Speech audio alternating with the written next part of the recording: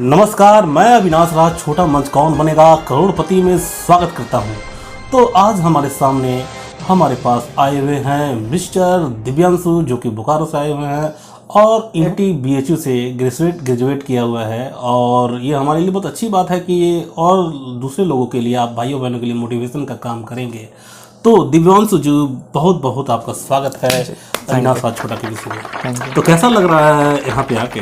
बहुत अच्छा लग रहा है और आपके व्यूअर्स को मैं बताना चाहता हूँ कि ये काफ़ी अच्छा प्लेटफॉर्म है। जी हाँ। जिन लोगों को एंटरटेनमेंट के साथ थोड़ा नॉलेज चाहिए तो मतलब अच्छा लग रहा है। आप कभी सोचा था आपने कि मतलब अविनाश राज छोटा के विषय में एक दिन आने का मौका मिलेगा? नहीं, बिल्कुल भी नहीं। अच्छा, चलिए आपका एक बार देखिए हंस के जवाब दे, एक बार इनका फिर से जोरदार तालियों से स्वागत है।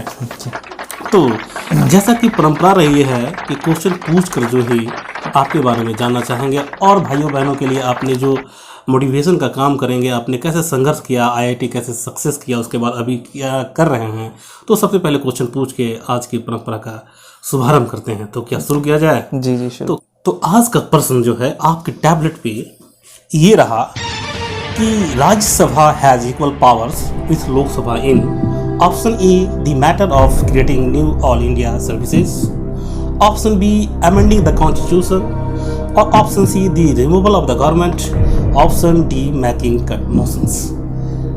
अर्थात कि राज्यसभा, जो कि आपके टैबलेट में दिख रहा होगा, राज्यसभा की लोकसभा के समान शक्तियां किस क्षेत्र में है? ऑप्शन ए नई अखिल भारतीय सेवाएं गठित करने के विषय में, ऑप्शन बी संविधान में संशोधन करने के विषय में, ऑप्शन सी सरकार को हटाने के विषय में और ऑप्शन डी कटौती प्रस्ताव प्रस्तुत करने के विषय में। Your time is starting now. आपका समय शुरू होता है, अब सोच समझ कर जवाब दीजिएगा जी। दिव्यांशु जी, क्या मन में चल रहा है? मेकिंग कट मोशंस तो ये बजट से रिलेटेड हो गया। तो राज्यसभा का कोई बजट में कोई प्रावधान नहीं है।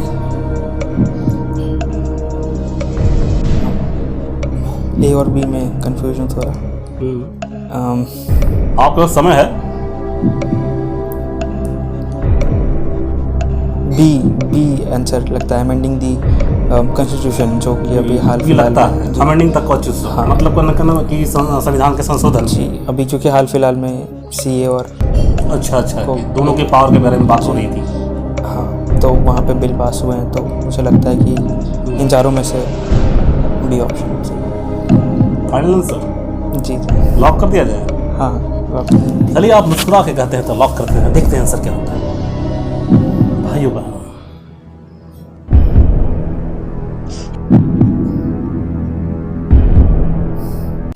आपके चेहरे की हंसी बता रही है कि इसका आंसर बिल्कुल सही है। दोस्तों, जैसा कि कॉन्फिडेंस के साथ जो हमारे साथ ये खेल रहे हैं, मुझे लगा था कि आंसर शायद इतने कॉन्फिडेंस में ओवर कॉन्फिडेंस हो जाए, लेकिन आंसर सही था। आप ओवर कॉन्फिडेंस तो नहीं थे? कॉन्फिडेंस है या ओवर कॉन्फिडेंस है? कॉन्फिडेंस तो ओवर कॉन्फिडेंस तो खैर था नहीं, बट कॉन्फिडेंट भी नहीं था। बिल्कुल सही है जी। कॉन्फिडेंस बहुत अच्छी चीज़ होती है, लेकिन ओवर कॉन्फिडेंस बहुत गलत चीज़ होती है। ये बताएंगे अपने जीवन के कुछ ऐसा समय बीता होगा कि शायद इसमें ओवर कॉन्फिडेंस कभी आया होगा, उसके कारण इनका नुकसान भी होगा। तो सबसे पहले ये बताइए कि आपने IIT BHU से जो ग्रेजुएट किया हुआ है, तो इसमें IIT में तो बहुत लोग तैयारी करते हैं मिस्टर दिव्यांशु, जो लोगों का होता नहीं है, फ्रस्ट्रेशन में भी आ जाते हैं, कोटा में बहुत लड़के लोग सुसाइड का स्तर तक पहुंच जाते हैं। तो आपने कैसे तैयारी की थी और हमारे भाइयों बहनों को क्या कहना चाहेंगे कि IIT का जो स्तर लेवल होता है, दिन प्रतिदिन कंपटीशन बढ़ता जा रहा है, क्या कहना चाहेंगे आप इसमें? मैं जो कि बोकारो से रहने वाला हूँ, बोकारो स्टील सिटी झारखंड में। तो वहाँ पे 11th-12th से ही और इनफैक्ट काफ़ी पहले से ही 5वीं-6वीं से ही IIT JEE की प्रिपरेशंस के लिए लोग स्टूडेंट्स लग जाते हैं। अच्छा। इसका एक सबसे बड़ा कारण ये है कि बोकारो स्टील प्लांट, जो कि steel authority of India limited SAIL के अंतर्गत आता है, मिनिस्ट्री ऑफ स्टील के अंदर आता है। वहाँ पे इंजीनियर्स की लाइफस्टाइल और रहन सहन काफ़ी अपीलिंग है, काफ़ी स्टूडेंट्स को अट्रैक्ट करती है। अच्छा। तो इसका सबसे बड़ा कारण है कि लोग IIT JEE की तरफ जाना चाहते हैं, क्योंकि वो एक अच्छा माध्यम है वहाँ तक पहुँचने का। चूँकि मेरी भी पढ़ाई स्कूलिंग जो है वो बोकारो से ही हुई है, तो मैं भी सभी बच्चों के नक्शे कदम पर चलते हुए IIT JEE की तैयारी करने लगा था। लेकिन मैं कभी श्योर नहीं था कि मुझे IIT ही करना है। बस मेरे दिमाग में ये था कि मुझे एक अच्छे गवर्नमेंट कॉलेज में पढ़ना है। जी हाँ।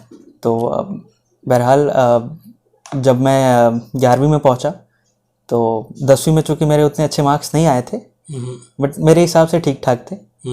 मेरे 81% अंक आए थे। तो खैर मुझे कैसे भी साइंस और मैथ्स पढ़ने का मौका मिला।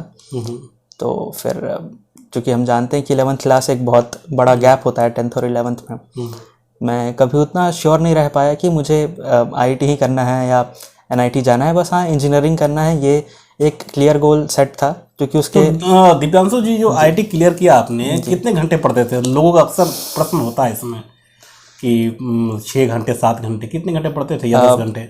देखिए, जहाँ तक स्टूडेंट्स का ये आपका कहना है कि 10 घंटे पढ़ते थे या 12 घंटे किसी भी कंपटीशन को लेकर के, वो एक मुझे लगता है सबका अपना अपना एक मेथड होता है। कुछ दिन भर पढ़ते हैं और टॉप कर जाते हैं, कुछ दिन भर पढ़ते हैं और कुछ नहीं कर पाते। तो मेरा ये मानना है कि अगर आप कंसिस्टेंसी रखें और एक गोल सेट करके रखें कि आपको ये अचीव करना ही है, तो ये बिल्कुल भी मैटर नहीं करता कि आप 24 घंटे पढ़ रहे हैं या 12 घंटे पढ़ रहे हैं या 2 घंटे पढ़ रहे हैं। जी हाँ भाइयों बहनों, कंसिस्टेंसी रखें, मतलब कंटिन्यूटी को लगातार बनाए रखें, यही सफलता की गारंटी है। तो और ये इन विषय में क्या करना चाहेंगे कि जैसे फ्रस्ट्रेशन जो हो जाता है, कोटा में, आपने कोटा में पढ़ाई की है क्या? नहीं, मैं लकी था थोड़ा। लेकिन बिना कोटा के इन्होंने मतलब कंपटीशन को पास किया, IIT जैसे टफ एग्जाम को। लेकिन ठीक है, लेकिन जो लड़के लोग, मतलब आजकल जो सोसाइटी की परंपरा चल पड़ी है, परंपरा कह सकते हैं इसको, कि लोग सोचते हैं कि तो IIT के बाद जिंदगी नहीं है। कुछ लोगों का ख्वाब होता है, गोल होता है, तो लोग क्यों सुसाइड करते हैं? और सुसाइड से बचने के लिए मान लो आपको जो है अगर काम करना पड़े इसमें, कि कुछ बच्चों को जो अगर मोटिवेट कर सके कि नहीं, इसके बाद भी आप कोई और कैरियर को विकल्प के रूप में चून सकते हैं, तो आप क्या कहना चाहेंगे कि उसके माता पिता को क्या करना चाहिए, उसको क्या करना चाहिए, स्टूडेंट को क्या करना चाहिए? मैं जब अपने कॉलेज में था, सेकेंड ईयर में जब था, तो हमारे ही एक बैचमेट ने सुसाइड कर लिया था। अच्छा। और जब इसे IIT में पढ़ रहा था वो? जी हाँ, हमारे ही बैच में था। तो जब इसे मुझे कारण पता चला तो इसका जो कारण था, उसने जो सुसाइड किया था वो गलत आदतों में पड़ गया था। वो गलत आदतों में पड़ गया था। अच्छा। उसकी संगति अच्छी नहीं थी। अच्छा। तो संगति में बचाए अपने आप को, खराब संगति से बचाए रखना है। तो ये तो एक हर स्टूडेंट का खुद का एक कॉल होना चाहिए कि वो उस जगह पे क्या करने आया है और उसका आगे का क्या ड्रीम है। जहाँ तक रही पेरेंट्स की बात, तो पेरेंट्स को हमेशा अपने बच्चों को सपोर्ट करना चाहिए, चाहे वो किसी भी फील्ड में करना चाहे। 3 इडियट फिल्म में आपने देखा है? जी। अच्छा, ठीक है। 3 इडियट्स। तो अभी आप जॉब में लग गए होंगे, IIT करने के बाद अक्सर जॉब चले जाते हैं, फॉरेन कंट्री चला जाता है। हाँ, IIT क्या कर रहे हैं आप? IIT के बाद जनरली लोगों का जॉब प्लेसमेंट और ये होता है, बट मैं जब कॉलेज में था तो मुझे बिजनेस और स्टार्टअप्स काफ़ी अपीलिंग लगती थी। मैं स्टार्टअप इकोसिस्टम में काम करने लगा था। मेरे खुद के स्टार्टअप्स थे और मैंने जब मैं सेकेंड ईयर में था तभी से मैं स्टार्टअप्स वगैरह में काम करता था। मैंने कुछ प्रोडक्ट्स बनाए भी थे और मार्केट में। तो अभी क्या कर रहे हैं आप? अभी फ़िलहाल मैं जब कॉलेज ख़त्म हुआ तो मुझे जो जनरल स्टडीज़ है वो पढ़ने का काफ़ी इंटरेस्ट आने लगा वो पढ़ने में। तो मैं अभी फ़िलहाल सिविल सर्विसेज की प्रिपरेशन कर रहा हूँ और यहीं दिल्ली में रहता हूँ। दोस्तों देखिए, ये बहुत बड़ी बात है और अच्छी बात है कि IIT करने के बाद लोग अक्सर जो है फॉरेन कंट्री चले जाते हैं और अब अच्छे जॉबों में चले जाते हैं। लेकिन इन्होंने सिविल सर्विस में ठानी है, सिविल सर्विस निकालना है, UPSC के एग्ज़ाम का तैयारी कर रहे हैं। तो आपने कोई अटेम्प्ट दे दिया अभी अपनी? जी, अभी इस साल का अटेम्प्ट मैंने दिया था। अच्छा, तो आपको, लेकिन मुझे ऐसा लगता है कि आप लोग और आर्ट्स बैकग्राउंड वाले को, जैसे कि अक्सर लोग शिकायत कंप्लेंट रहता है कि वो जो IIT वाले या MBBS डॉक्टर वाले, इसमें ज़्यादा लोगों का होता है, तो फिर आप तो एक सीट खा जा रहे हैं। और मतलब आपको क्यों लग रहा है कि मुझे आना था? IIT की जैसे कि पढ़ाई जो है कि और भी डिमांड है, सरकार को डिमांड है, गवर्नमेंट डिमांड है, तो UPSC तो ये चाहती है, आपको तो इंटरव्यू में पूछेगी कि ये आप जो एक IIT करके एक IIT का सीट को मतलब नुकसान किया है, तो आपको कैसा क्यों लग रहा है कि हमको IAS बनना चाहिए, IPS बनना चाहिए, UPSC को चूज करना चाहिए, ऐसा क्यों लग रहा है आपको? देखिए, जहाँ तक सिविल सर्विसेज में जाने की बात है, UPSC की ही गाइडलाइंस है, UPSC का ही अपना एक सिलेक्शन क्राइटेरिया है, जिसके अंदर कोई भी ग्रेजुएट, चाहे उसने IT से किया हो, आर्ट्स से किया हो, इंजीनियरिंग बैकग्राउंड से हो, मेडिकल बैकग्राउंड से हो, हर सारे बैकग्राउंड से स्टूडेंट्स आके यहाँ पे एग्ज़ाम दे सकते हैं और एक सिविल सर्वेंट बन सकते हैं, जिनका की फ़ायदा होता है।